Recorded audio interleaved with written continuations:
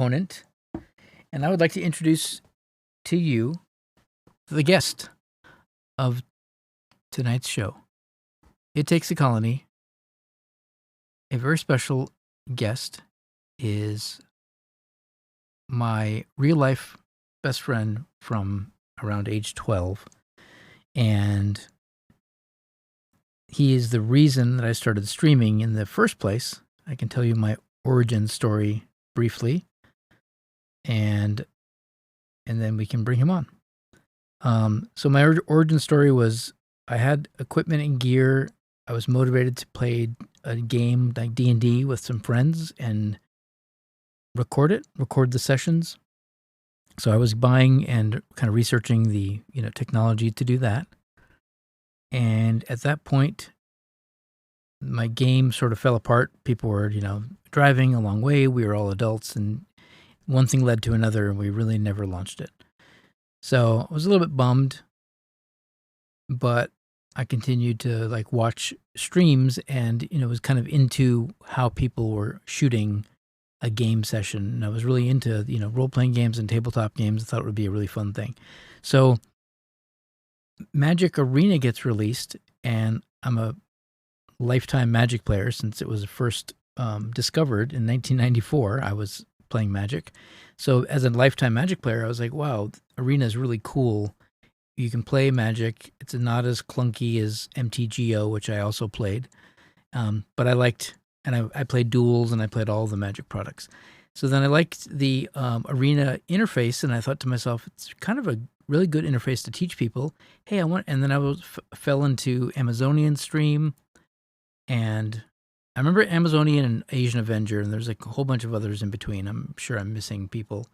But in CGB, I met pretty early on in the early Arena beta streamer community, whatever. So I was watching all these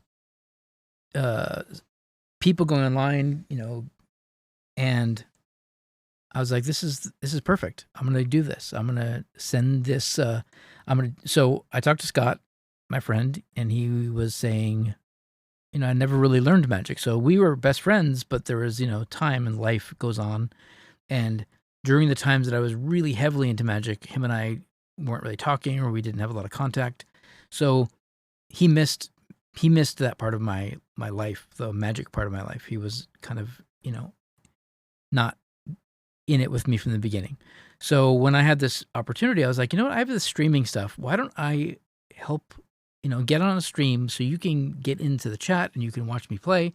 And it was just a way of streaming my games or my experience, and then him asking questions and kind of going through the process of how hard it is to teach people Magic, because there's not really necessarily a straightforward way to teach people the nuances and some of the things. As you go down these deep rabbit holes, and it's really complicated, and then you realize you're not really being an effective teacher. So by him and I bouncing things off each other, it helped me grow as a Magic content creator with the goal of helping people learn the game. So I think I owe him that initial drive, and that initial desire to want to do that was very much driven by my desire to teach my friend how to play. And just to kind of sum up the story, Wizards, if you're listening, after the first rotation, which I warned him about, let me be very clear, I warned him what rotation meant. But if anyone has gone through any recent trauma that's induced by the rotation, I would like to offer my support, and obviously there's not anything I can say. Scott was devastated and never really went back to the game. I think there's a certain amount of people that they lose when they make it very hard to acquire the cards you need to build good decks and keep on pace without, throwing money at it. Anyways, they lost an amazing, he was a source of income. I'm still here though, but Scott's no longer spending his hard-earned money on Magic the Gathering Arena. I guess I should let him talk for himself. All right, Scott, I'm ready to beam you in. Are you ready? Are you out there? Let's do this. All right, let's see if we can hear you. Go ahead and Nope, they cannot hear you. It's a sure thing, but I'm going to fix it. So give me a second. It's probably, I think you have to set up settings. I think you have to set it in the other microphone speakers. Yeah, this has to go there. Okay, try now. Check, check. Can you hear me? Yep. I see the signal on Twitch, so if anyone's out there. Hey, Grizz. Ace, Bayleaf, Magic. Yeah, Magic the Gathering. Can you guys hear me?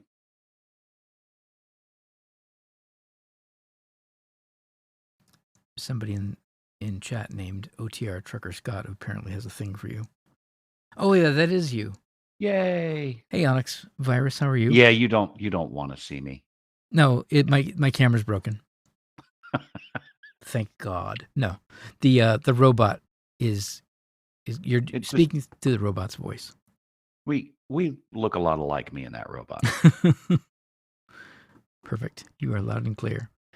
Okay, so yeah, I mean, do you have anything to add to the tale of how you sort of get introduced? I really was intrigued by the gameplay. I thought it was different and compelling. It was my first, card game.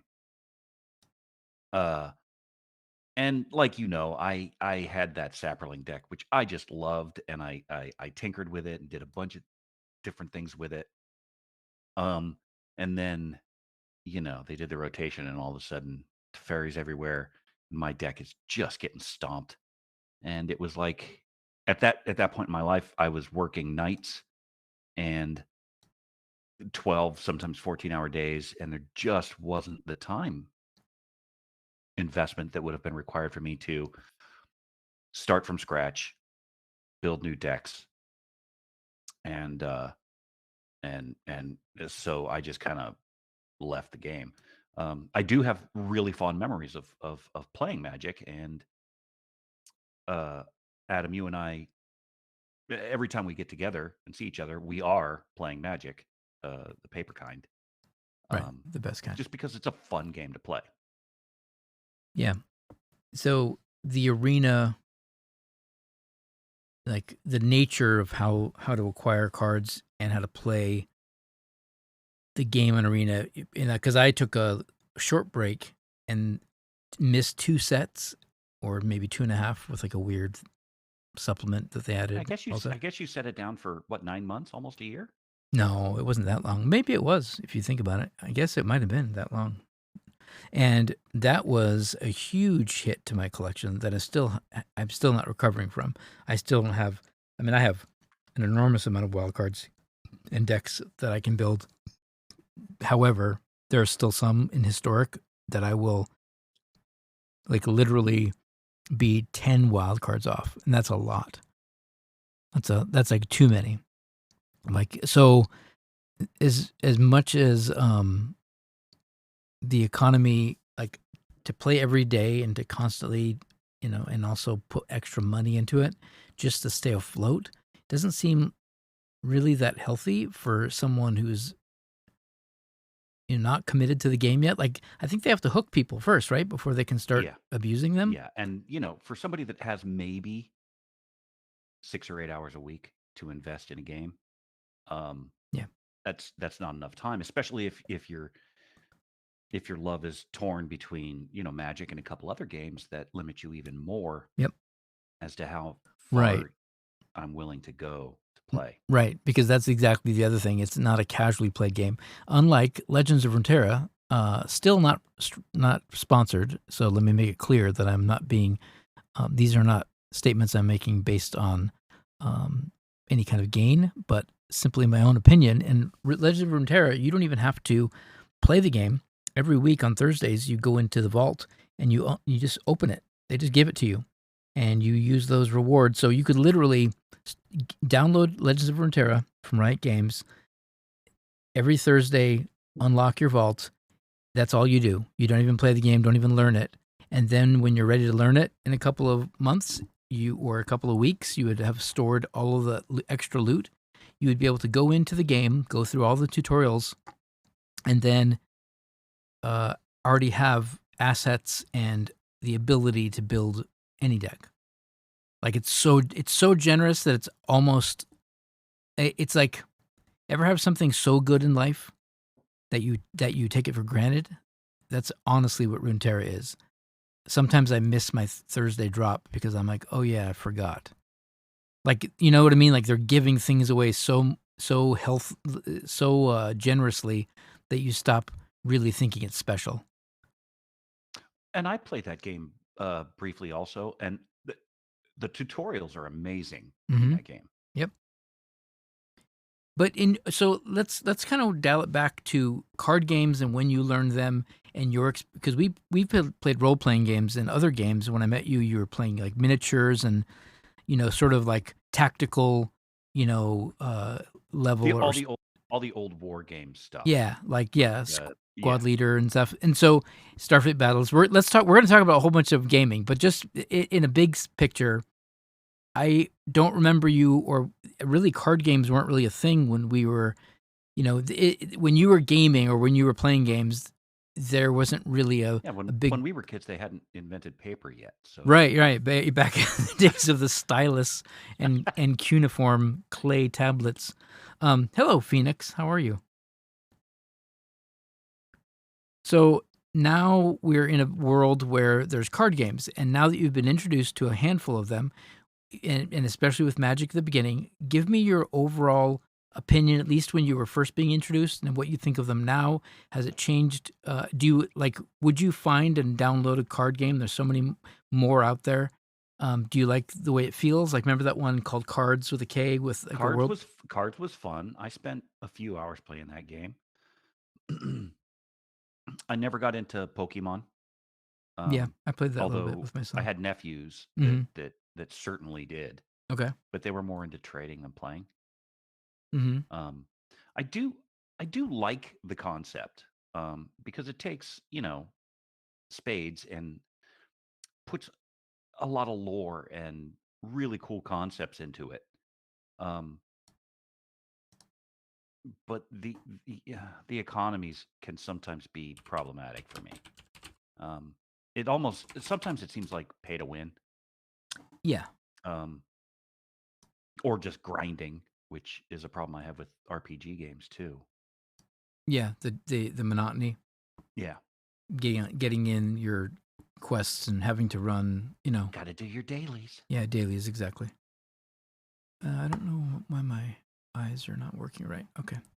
Um.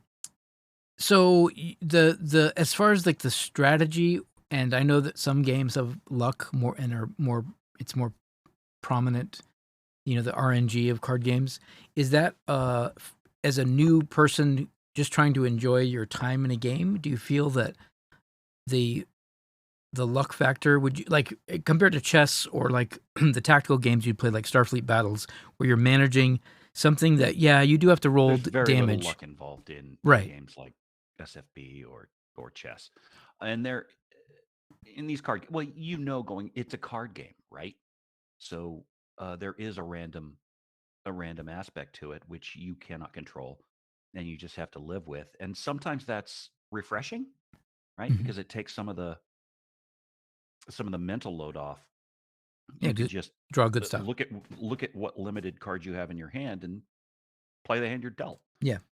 Um, I never had, while I was playing Magic, I've watched your stream hundreds of hours, and I never had the situations where you came up with where 5 games in a row I would just get land flooded, and then 5 games in a row I would get None. 3 land in my opening hand and then never see another one for 20 cards. Hmm. Um, that rarely, if ever, happened to me. So I don't know what god you pissed off. Maybe it was Teferi, Teferi is the planeswalker, but you fool. you certainly pissed somebody off.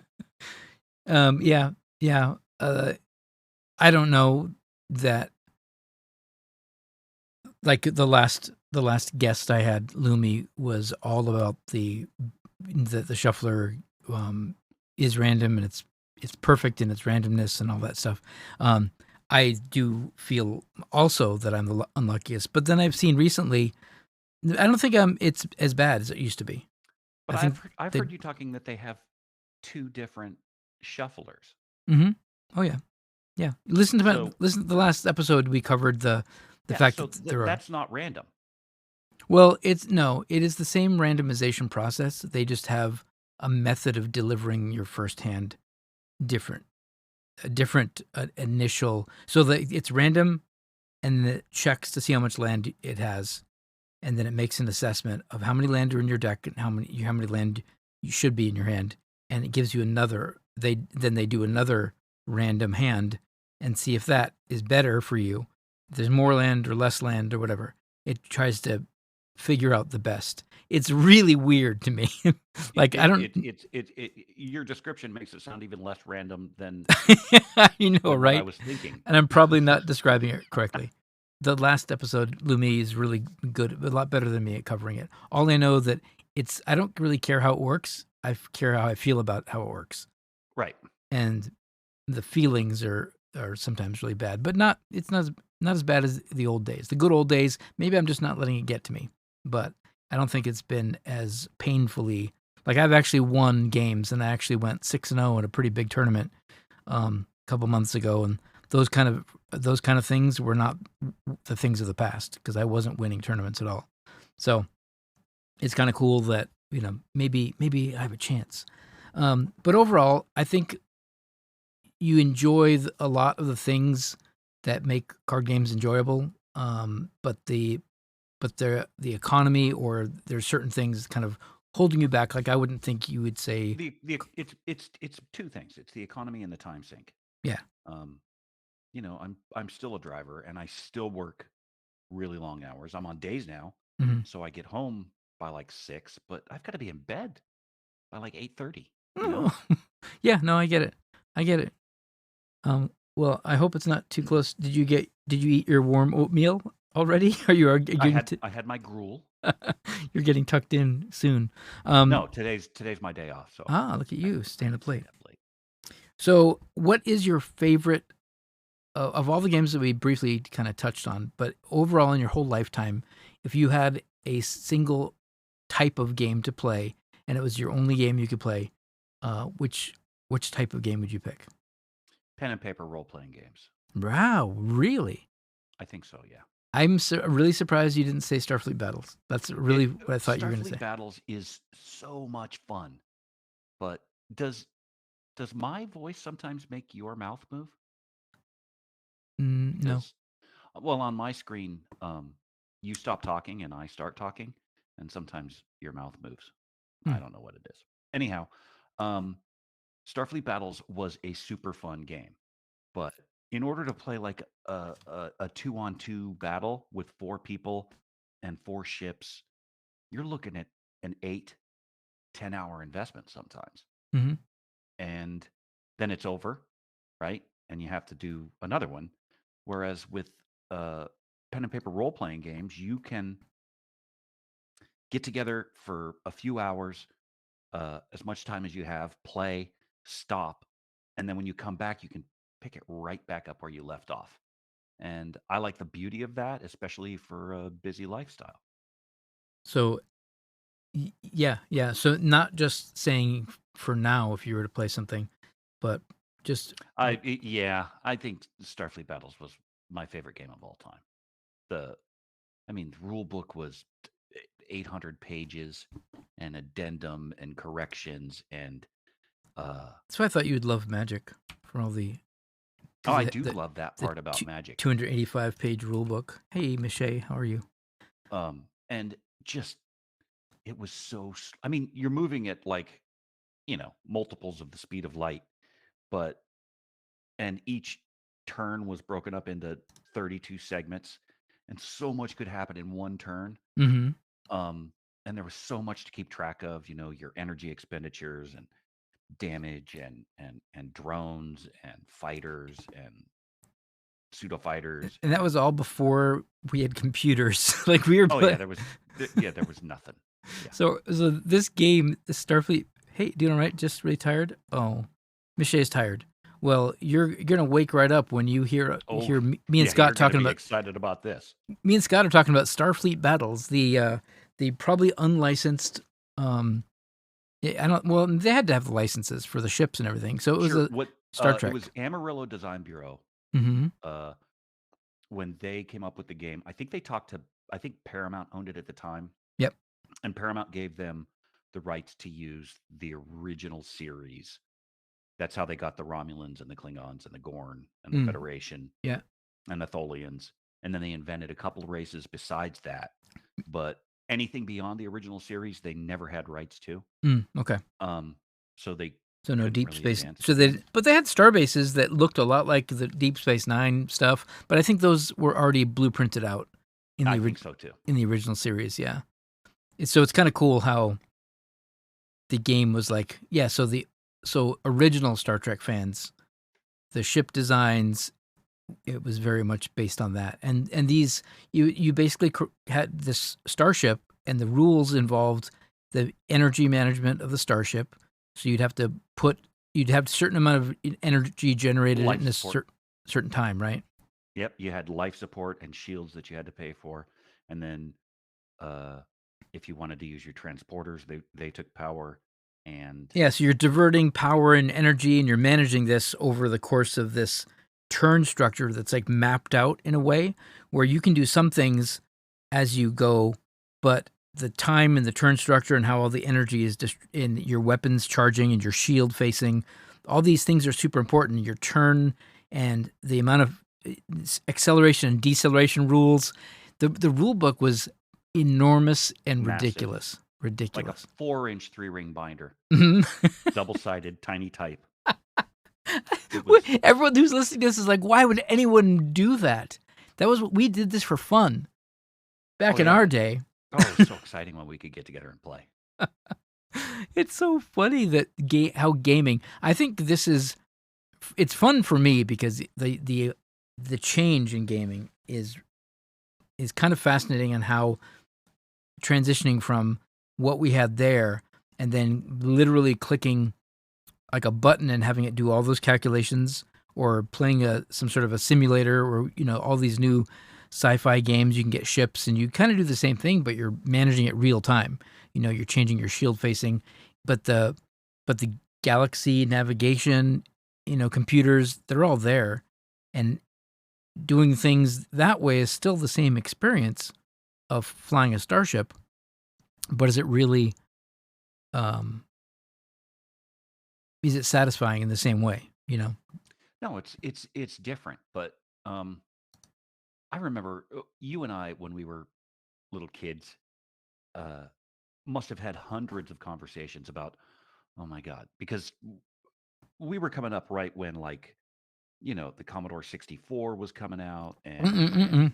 the Apple II, and I remember us talking about I cannot wait until they can make a real Spider-Man movie that looks good. That's not hokey and ridiculous. Yeah. Yeah, like or the Yeah. cartoons that we grew up with, Yeah. which we watched and loved and soaked it up like a Yeah. sponge. But yeah, it's a cartoon and it wasn't well drawn. Mhm. And we were How thinking dare about these you? games like SFB, and you're like, if you could put that on a computer Yeah. to take all of this math out of our hands and Mhm. put it onto a computer, it would be so much fun to play. Yep. Yep. And then we did not get into game development when we should have. And oh no, well, yeah, because We obviously developed our own games. we did. I think they were a blast too. Do you remember? Speaking of developing our own games and all that stuff, do you remember some of the games that we made up or that we played? Yeah, I remember there was like a there was like a there was like a fighting game that we made, Mm-hmm. Yep. um, where we made like gladiator Yeah. kind of Yeah. guys. Gladiator 3000, I think is what I called Yeah. it. Yeah. Gladiator 3000. We're so inventive, dude. Because I was like, it's the future, right? So let's say let's say 'Cause, like, 3,000. Car Wars, like, 2000 or something Yeah, came out, I know, that right? movie, and Yep. we were like, well, we're better. We got a higher number." And they're gladiators, so yeah, and then we would have, like, stats and damage and health and weapons and yeah, like, And the jet bike thing? yep, yep, that was inspired by, the speeders on Endor. What was Yep. that? I cannot remember the 3? name of it to save my life. But yeah, we did that one too. Oh, that was Rocket Cycle 3000. Oh, right, right, yeah, everything was 3000, right? And So then weird. we worked hundreds of hours on a game that was based off, like, the Avengers, carrier. Mhm, yep. Remember? That Oh my had gosh, oh my fighter gosh. jets? I remember going to the public library and getting, like, World War II books on carriers and how many aircraft they could store and Yep. crew and just kind of calculating all that stuff. It was a lot like SFB, I remember. We had the ships and everything had, the The fighters had, like, missiles, and they would launch and track. gosh. Oh, god, we were so nerdy. Yeah, it's really cool that we did spend a lot of time in that. I don't even know if we really played it that much. We never got it to the point where it was playable Mhm. because it was so complicated. Yeah. It We basically was trying to recreate SFB. Yeah, we had too much of that in our heads, and as game Yeah. designers, we were like, "This is the best design for, ship to ship combat, so we wanna use that same formula," and I remember that really puts you in a box, anytime you're trying to 'cause you have to consider everything that SFB is, and then you're just cloning it, and that's not very inventive, I guess, but we were kids. Hey, we were Um, trying. yeah, it's weird though that we never really nothing really opened up and I didn't really pursue it, the whole idea of being a game designer or but it's fun that we were so passionate about that kind of stuff, like making the game that we wanted to play rather than being okay with the games we were playing because when we ran into something that was problematic in a game, we even the games that we played, the role-playing games we played, they always had this beginning part in their books that were saying these rules are guidelines. It was very important to not, you know, tell someone in a creative space that this is how it is. It And was you more, can't do that. yeah, it was all very open. And I think that's a transition I think is really interesting because when you go into a role playing game online now, as people know, oh, yeah, I'm on a role playing server on Final Fantasy 14 and they're in a role playing guild, and you go in and you're like, yeah, you still have to click on the things and follow the story, and you only have so many options. You can't really fully creatively role play your character. I choose no. I say no to the princess. Well, what do you mean? You need to accept her quest. I don't believe in her cause. I'm politically opposed to the princess. And Yeah, suddenly, Final Fantasy 14 is a great example. I'm sorry to cut you off, please do. but, like, almost all of the, like, important storyline, cutscenes are 100% scripted with no option to go a different direction. Right. This is what you will do. Hmm.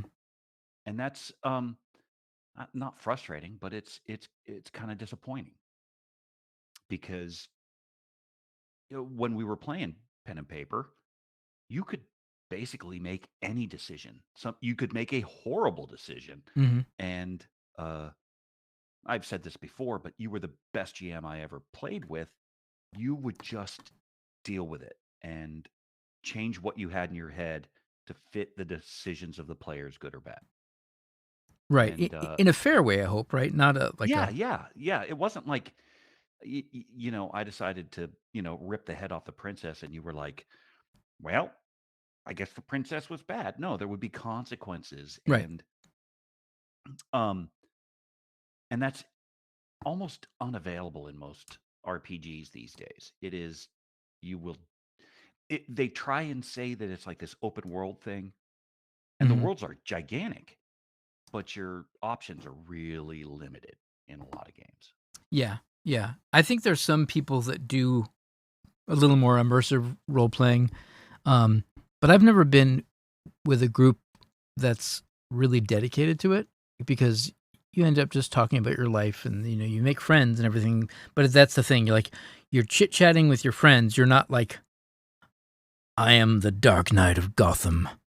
And like your friend's like, yeah, I had a really bad day at work, and like, I work every night. Like, you like where you're just like, oh, it's uncomfortable now. You're role playing too hard. Like, chill out.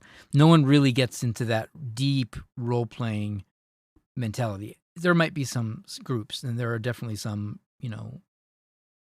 some really good, like immersive role playing streams that I've seen. So I'm not trying to generalize and a lot of people by saying they're not role playing the right way, because that's the last thing I want to do. But there is something different about it. There's something different and something fun when, like you said, you can make any decision, follow the dice, and follow whatever within reason of the world. Like if you're attempting to juggle lava, and I'm like, it's not really that kind of game. Like, we're not superheroes here. And you know what I mean? Like, there's certain Right.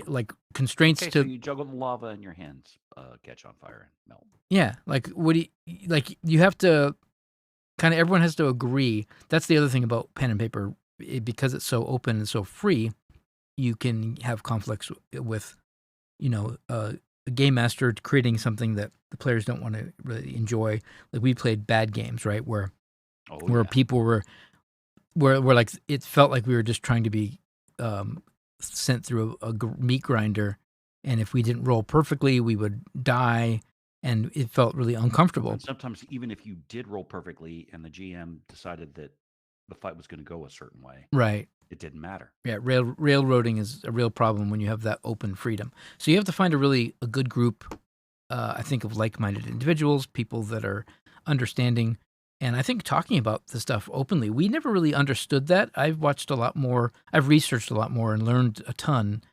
And there's a lot of really good resources on how to run a game and construct your game originally, as far as like questionnaires and asking people, to all agree on a certain type of, there's all these different like world building sessions that you can have with your players. And once you all determine the, how it's going to work, how the world's going to, just a basic understanding, an overview, because then they can say, okay, I see how this is going to be a feudal society, and there's going to be this and that. And like, having the conversation and including everyone's input is a great way to have a really healthy and fun game, but that's all communication. And I think when we were young learning games, we weren't just like, communication, this is so easy for me. Like, we weren't able to express to our DM who frustrated us. We would cry and complain about it after. But during the session, we didn't have the words to put together and say, actually, we revolt. The style of you're railroading us, and these decisions are not our characters. And I feel like, like we're not able to express it. So I think it's different now, and hopefully younger people playing games can actually use,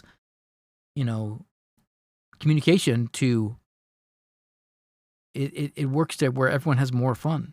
If everyone's having a good time and you figure out how to get everyone on the same page, gaming is one of the most rewarding things you can do, as opposed to a lot of people's mentality, which is, oh, gaming is what you do to hide away. Like, I feel like it's always been a positive influence on my life. What do you think about gaming? There's a bunch of youngsters in the chat. Yeah. I'm assuming. Yeah. But in the early 80s, there was like congressional hearings about D&D and how it was perverting young boys to be Satanists and murderers. Yeah. Yeah.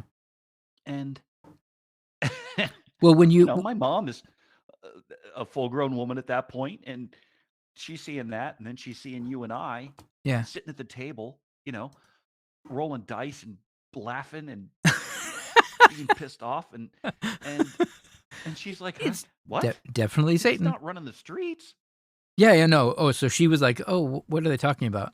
I thought you were saying that she she never was got it, because She was more worried about me, like, because this was the '80s and crime was on the rise and drug culture Crime and is on all the that. rise. Yeah. 1980. No, I get it. I know. And she saw us having like game nights, out on the porch or on the dining room table, and she was like, I don't get why you guys are wasting your time with this. Yeah. Yeah. That's funny. So it's always been a positive thing for me, Mhm. personally. I'm sure some people could fall down a hole Yeah. and I just want to roll some dice, man.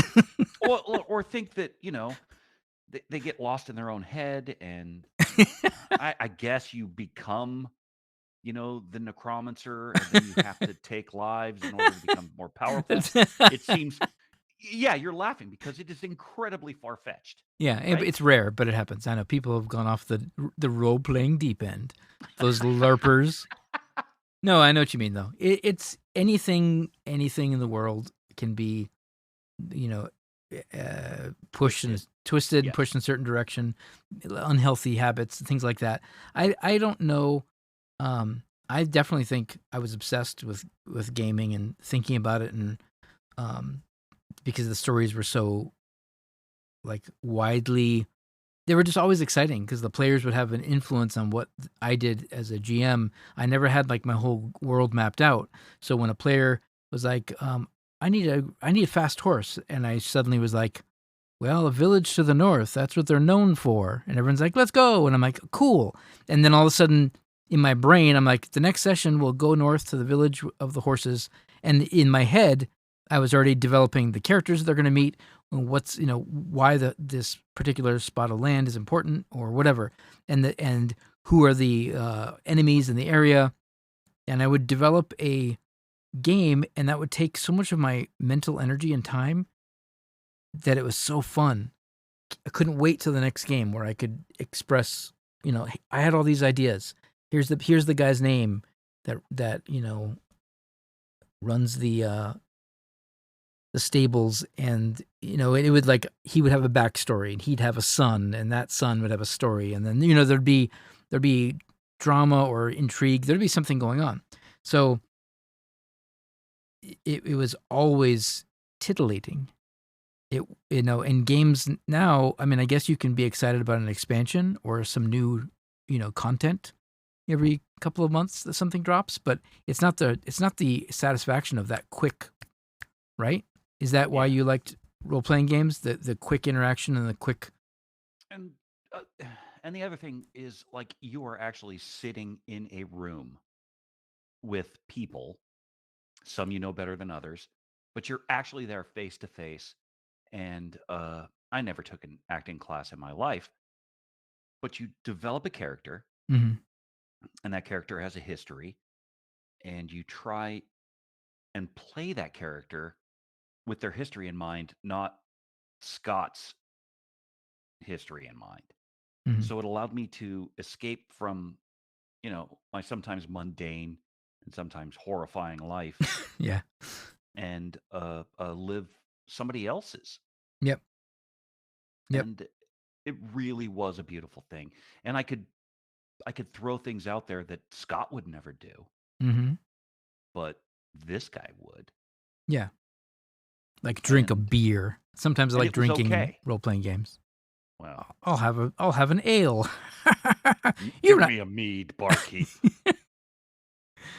Act out all your fantasies, your wildest fantasies. Play Dungeons and Dragons, everybody. This is not sponsored, but if you want to play role playing games, you can role play and you can do things like drink strong beverages in the comfort of your own home. And no, you will not turn satanic. Although I did find in Twitch, just on a totally weird note, there is you can click on a satanic tab. Like there's these little things. Like I have mine set for VTubers, and it tells me like what my audience is or my target. I don't even know if it's an audience, but it's just informs the audience what they can expect in the stream. And right now it's set for like gaming and podcast, talk show, whatever. I don't know. And VTubing is one of the things because I'm clearly an ant. And so I could click the button and we could also introduce Satanism. I just thought that was really weird to me. Like what? Like are that many people? Are that many people checking out satanic Wait, streams? did they actually analyze that statement I made? No, no. It's not real time. It's a category that I have to select. But what I'm Oh, saying okay. is, when you said that, it made me think we can click that button and attract Satanists. Hey, just came by your I stream. actually love actually love the Satanist organization.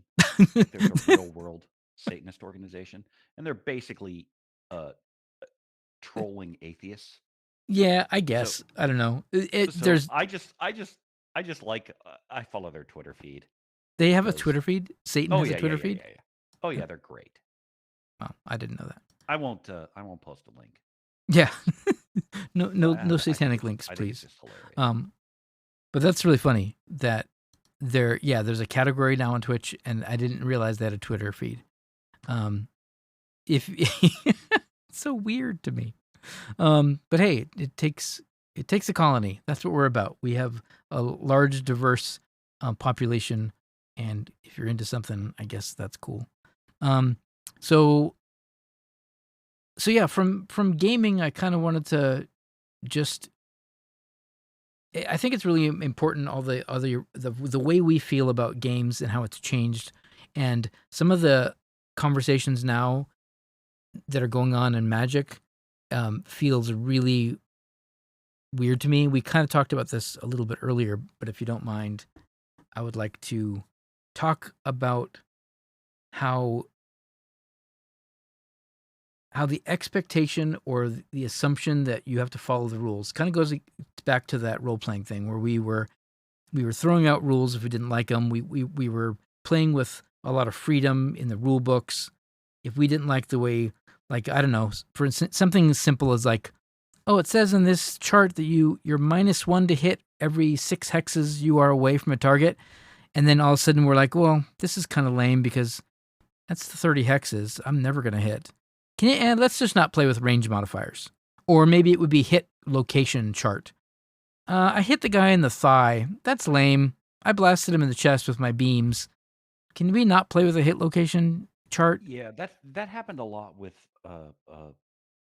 like 2 dice roll things where Mm-hmm. like it would be like you rolled really high on your 2 hit Mm-hmm. and then you roll your location and bang, oh, I hit him in the big toe. Yeah. And it felt like Like it. I did 400 damage to his big toe. Yeah, yeah. And it's like, oh, that's kind of lame. Yeah, so certain rules we would throw out. We wouldn't like, it's in the rule book, we have to use hit locations. It's in the rule book, we have to use range modifiers. It's in the rule book, so when you're flying, you have to turn 1 hex facing every 10 hexes. Like sometimes we'll just fly and turn. That's fine. We weren't like, oh, but the velocity, that's outrageous. Do you know like we weren't so about the rules. So part of the reason I'm saying that is a game like Magic the Gathering is very explicit. It has these detailed rules. It has addendums to cards. It has very strict and timing, right? This goes on the stack, and therefore, and then the interaction with this, and all of a sudden, Yep. when you know the rules, it stifles you. If you're playing kitchen table, playing with your friends, and you go, I'm gonna lightning bolt you. I'm gonna sorcery in response. I'm gonna fireball you in response. Everyone in this chat is like, "Oh, you can't sorcery in response to an instantaneous spell." But you can, because who cares? Like, okay, fireball. Take the damage. Haha. You all laugh. You have a good time. So you're not playing a game you're playing a card game, and the fact that the WotC exists doesn't make you like, I must obey every ruling. I must play the way they tell me to play. This game is they're ruining it for me.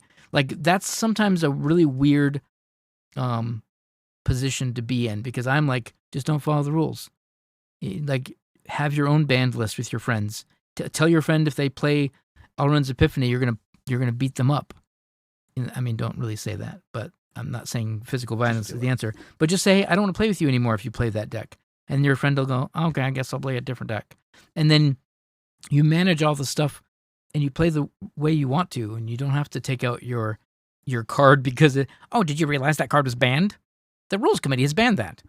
And you're like, oh, I don't care. I'm playing it. And what are you gonna do about it? Now there is an obvious distinction between competitive play, like online with Arena. You do have to follow the rules. You can't play the way you want. I'm talking the human side of Magic, face to face Magic. Play the game you want to play. Don't let WotC tell you what to do. Sorry, I talked too much. Um, I never noticed. I mean, except every day from 1981. no, it wasn't that long ago. But the funny thing is that um, your perspective, what you were telling me, was that, like, how do you feel about a game being so full of rules and very specific ban lists and things like that, as opposed to the way I was describing it in paper? Well, like, I don't know. It's a double-edged sword. Um, if you're playing an electronic game, they have to put hard limits on a lot of things. But when you're sitting across a table from someone, there is so much more wiggle room when the only constraint is a word written on a page, right? Mm-hmm. Um, so as much as I love video games,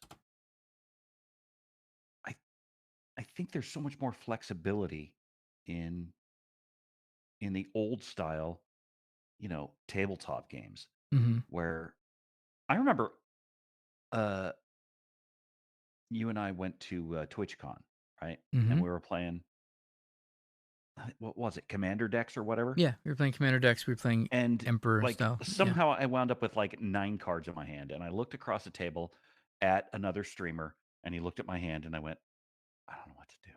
And he Yeah. said, "Yeah, just play." You know? Yeah. Because we were just playing. Yeah. Like that would never happen in online Magic because it would have forced me to discard. Yeah. Yeah. Yeah. Yeah. Yeah. Yeah. I see what you're saying. Because you didn't know the rule, and you weren't really, and no one was saying discard your hand down Yeah, to it 7. was a friendly game. Yeah. It wasn't like, we had money on the table. Right. Right. Right. Yeah. So when they take that away, and if people, that's the thing. That's where games that are customizable are really fun, because a lot of games, depending on their developing platform or whatever, there are some toggles and things you can turn on and off and make the game more friendly. Magic, and I don't think a lot of games kind of miss that open space. I don't know if that's a development limitation or intentional, because if they gave us like the ability to, our starting life, I don't know how many games of paper Magic I was like, let's start with 30 life because I want to see what this deck does. Like, Right, it buys you time yeah, and it to was explore more of the deck. right, and those were fun ways for me to play Magic with kitchen table modified rules. Let's draw 2 cards a turn and start with 40 life, and it was like, haha, we would do that because it was different and exciting and fun. But there's no customizable thing in Arena. You can't. You have to play the way the little the sometime fringe things. Like they had a format a week or two ago that was called Tripleton, and instead of the 4-card rule, it was a 3-card rule. 3-card max of any card, and it was like it just made deck building fun because it was refreshing, right? To say, hey, I've got a rule, I got something. Let's say 4 cards is too many, and so they made it 3 Tripleton, and I don't think anyone played it except me. I think I was the only person in the world that played that weird, bizarre format. And but like to me, that's still exciting, right? Interesting. I don't know. Yeah, I don't know why I and like because it. even going back to Starfleet battles, rules lawyers are a pain in the ass when it comes to trying Shocking. to just have a good time, right? Because everything doesn't, the real world doesn't operate by hard and fast rules, except for, like gravity. Yeah, you jump off a building, you will splat. But like interactions with other people are so variable Hmm. that you can use the same interaction with 100 different people and get 100 different responses. Yeah, yeah, yeah. I know what you mean exactly, and yeah, and that gaming, yeah, this hard world of these decisions or these, yeah, I just think it creates different gamers, different types of, and it's neat because across, across the generations, I've seen lots of different gaming styles, but it makes it interesting. Like in our current role playing group, we have completely different backgrounds in gaming, and so it's completely different expectations. And I know one of the most fascinating that you and I have talked about before is the good character over the flawed character. It's a pretty. I think it's been talked about in certain gaming circles, but the idea being in a video game, you want to have optimal stats. So if you are, a barbarian wielding a two-handed axe, you're going to put your points in strength and, maybe some, if you're going to be tanky, maybe some sort of life, constitution, Con, health yeah. con thing. And that's where your stats are going to go. And someone's going to say, what about wisdom? And you're going to say, obviously 0, because it does nothing for me. It doesn't improve my If I stats. can take some of my wisdom out and put it into con, Right. done. I will. Yeah. I'll remove wisdom in a heartbeat. Like I don't have to be pretty or smart or anything. Book smart. I just want everything to be focused into strength and con. And so what ends up happening is this optimization rather than the opposite of that, which is maybe you like reading books and working out, and your wisdom is high because you grew up, you know, your father was a teacher or a professor, and you had access to the library, and that's what you did with your time. And then you're also, I don't know, some backstory that makes your character interesting. And then And like a war came, yeah, and then and you had to pick up the axe. you had to pick up sword, Hmm. and then you became more proficient at that. But that does not erase. Right. The wisdom and intelligence or whatever you would have grown that way. People are Yeah, more dynamic, and role playing games allowed you to create a dynamic character with flaws and weaknesses and not the optimal. It felt great to me to roll the dice and play a character in that way. So then you've got this world of hyper rules and hyper, like, well, your ranger, if you put one more point into your dex, you'll get 3 attacks per turn. And then if you optimize with, you always have to multi-class and get haste as a cantrip, like all these different like ways to, like, how many guides have I seen? The best ranger build, do this. And people are like, oh, I'm going to be a ranger and I'm going to build exactly those stats and skills. And gosh, what a horrible way. Like I can't even, it leaves a bad taste in my mouth to think that that's how people are building D&D characters, because they're building them with a build in mind. Just like you would build a Path of instead of a Exile character. character, Right. somebody, like I said earlier, somebody who you can put yourself into and escape the real world for a while. Instead, you're still living in the real world, and doing a bunch of things to make them compatible with the game system. Right.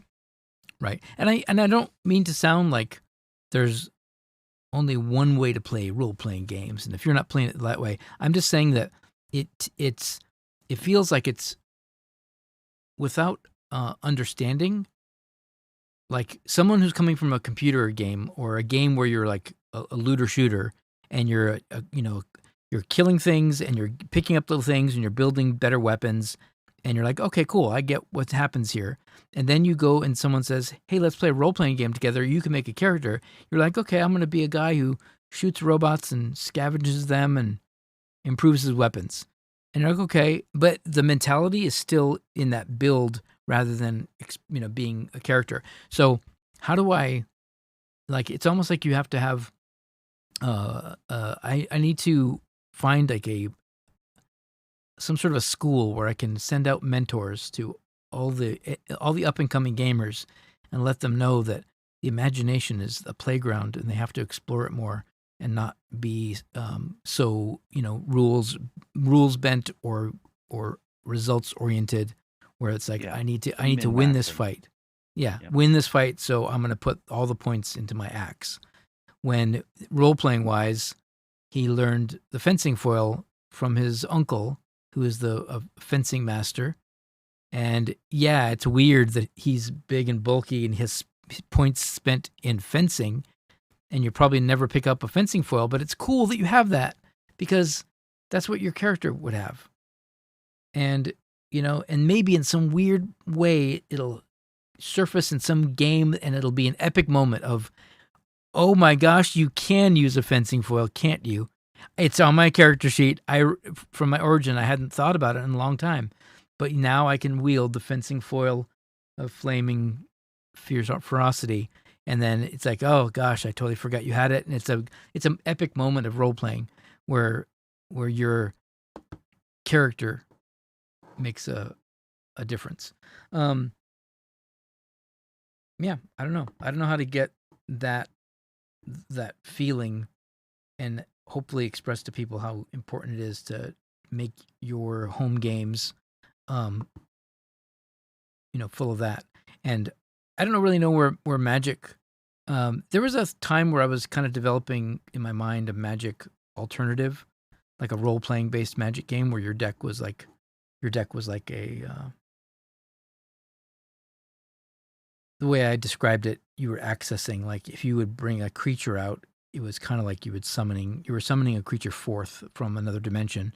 But the role playing game was that you were in this world and these things were happening, but the card deck was still randomized. So it was like almost like a very Scarlet Witch sort of, hex magic, which in the comics was a lot more of random generated things. So if she was in trouble, she would hex magic, and then that whatever was threatening her would be, you know what I mean? Like there would be something that happened. It wasn't something that she could absolutely control, but it would be something that would help in that situation. So, for instance, you're being attacked by monsters, and you summon a two-headed dog, which is a 3/2 creature or something. Do you know what I mean? So, Hmm. but the deck would be how we actually interacted in the game, but the world you were in was a creation of the imagination. So we would talk about the village you were in, what your goals were, what what mysteries or what things you would adventures would be unlocked by your talking to the townsfolk. And as you discovered, oh, there's some ogres up in the hills, in the Rocky Hills north of the town.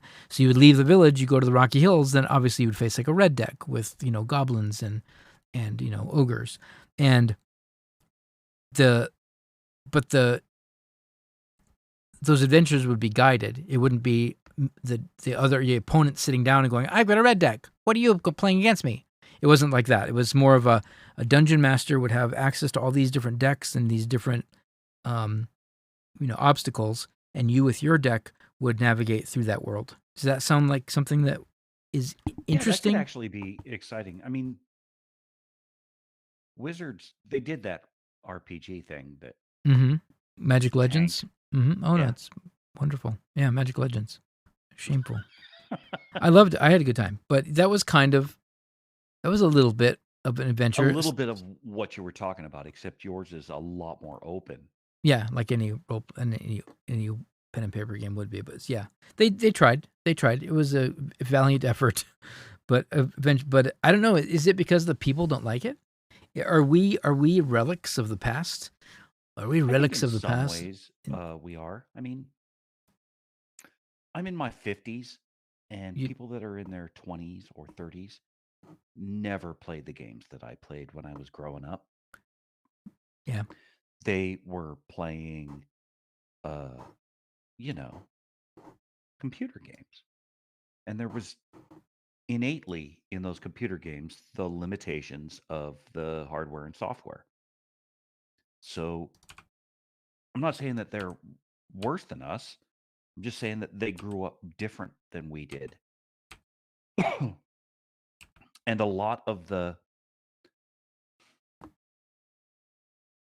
I don't know, a lot of the openness of it has been taken away, and a lot more of the side scrolling Here's where you go next has replaced it. Yeah. Yeah, good old days of gaming. No, I mean, honestly, like I talked about this earlier, playing SFB was not like blissful. It mhm, took so much preparation and uh, so much record keeping mhm. and math that sometimes it was not fun because I can't imagine trying to play something like that now. Like, I yeah, would lose my you're patience the so quickly. captain of a starship, Yeah. but you have to manage all of these different systems and the enemy is coming in and it was atrociously hard. Yeah. Yeah, I remember reading strategy guides like, oh, it's the saber dance of the Klingon attack. You go in at a 90-degree angle, you double Yeah, front shields. a 60-degree angle. Yep, You you want to be remember at it. range 5 to 4 because if you get to range 3, the photons will crush you. Yep, And the good old you had saber to use your dance. turn mode Yep. to keep the feds from And getting into wouldn't you alpha strike. wouldn't you spin and then you'd spin and drop like a some sort of a chaff Oh, what? or was it No, a suicide shuttle or something? they had transporter bombs that you could drop out of the shuttle bay Yeah, yeah. that would do 10 damage if they turned into you. Yeah, it's so good. And that was like I don't even remember where I found guides. Like where were we searching for Well, how to be a better Klingon you pilot? remember all the gaming stores. They had hundreds of books of, D&D and Starfleet Battles and Traveler Yeah, I remember and Traveler. Yeah. uh And they would have that's where people were like when people look up sideboard guides and things like that now, it was different in our day. We had to go down to the mailbox and ask the postman, "Hey, do you have any guides?" No, I mean they actually printed these on paper, It's right? great. I know it's so And they good. sold enough to keep their printers rolling. Yep. They had periodicals or Yeah, there'd be like monthly what subscriptions to was it called? magazines. Captain's Guide. Yep. Captain's Guide 54. That's so good. Captain's Guide. Oh my gosh, they released they would release like a special weapon. The Gorn have developed a plasma G, and you're like, oh my gosh, it's new, it's exciting. They developed technology, and it would tell you the rules of how it worked. And you would introduce it into your ship because every ship had a point value system.